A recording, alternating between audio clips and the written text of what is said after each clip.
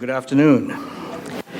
It's a privilege to be here representing the Australian Union Conference, and Brendan is here, as is Sylvia, and a few others as well around the place, and it's very nice to be able to worship with you again and to celebrate the joy of the ordination for Steve and Lamnu. So it's really good to have you both here in happy smiles, but this is the time when we actually get to charge, not like a felony charge, but a charge reminding you that you are responsible from this day forward to the World Seventh-day Adventist Church as husband and as wife, and as children as well. Because God has called you to the work of pastoral ministry. And our church, you, in recognizing that call, is going to set him aside by the laying on of hands a little bit later. And this ordination is recognized worldwide, and it brings grave and great responsibility. So Steve, I charge you as a minister, as a servant, to remain humble, to remain teachable, and to study the Master, which is a lifelong pursuit. For it is by beholding that we become changed. And as ministers, whatever we're choosing to spend the most amount of time on determines the kind of person we're going to be, and determines the kind of minister we're going to be. And so be an example to the believers in the words that you use, in the conduct by which you live, in the love that you have for your wife and for your children, and the love that she has for you as well. And ensure that as you are living in the Spirit by faith and in purity, that the brothers and sisters who call you pastor with honor recognize that it's only because of the time that you spend in Scripture and in prayer with God that you have the right to stand in this pulpit. I charge you as a minister, as a shepherd. And Jesus said, I am the good shepherd, and the good shepherd gives his life for the sheep. And what does that mean? That means that when the phone calls come at 2 o'clock in the morning, balance yourself out. But sometimes you need to answer that call. And when it means that you're working long hours each and every day, make sure that you balance it with your wife. And the best person to ask, honey, how am I doing, is your wife, because she'll be able to let you know immediately whether or not you're balancing life or if you've forgotten the family. And your call, first and foremost, and it's the call that all of us here as a priesthood of believers have, is to disciple our children and our family. Then it is to disciple the one person that God has called you to share the good news with, one person at a time.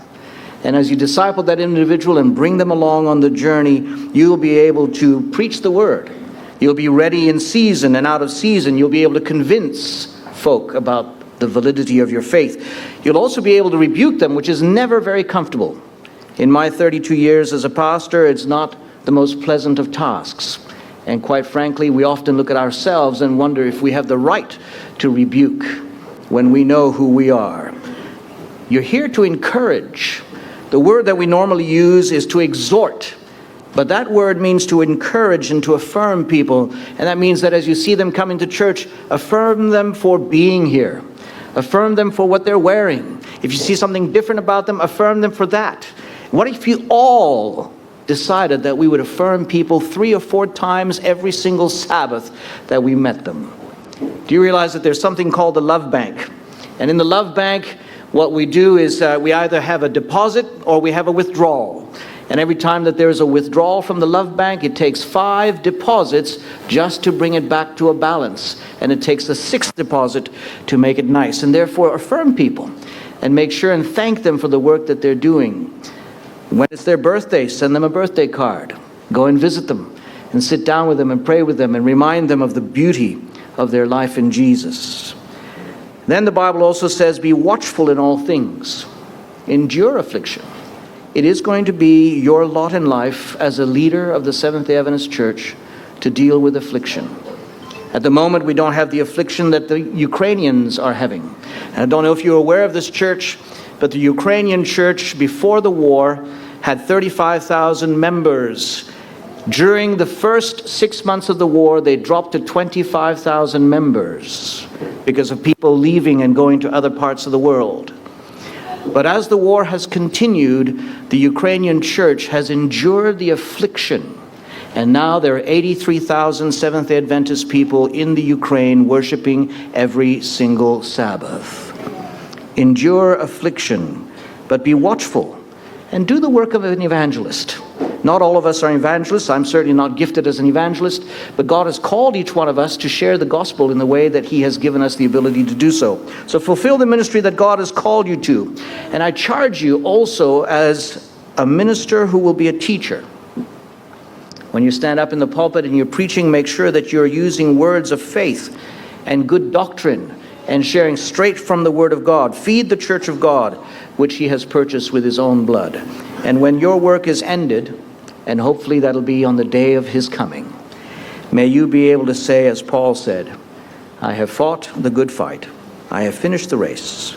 I have kept the faith.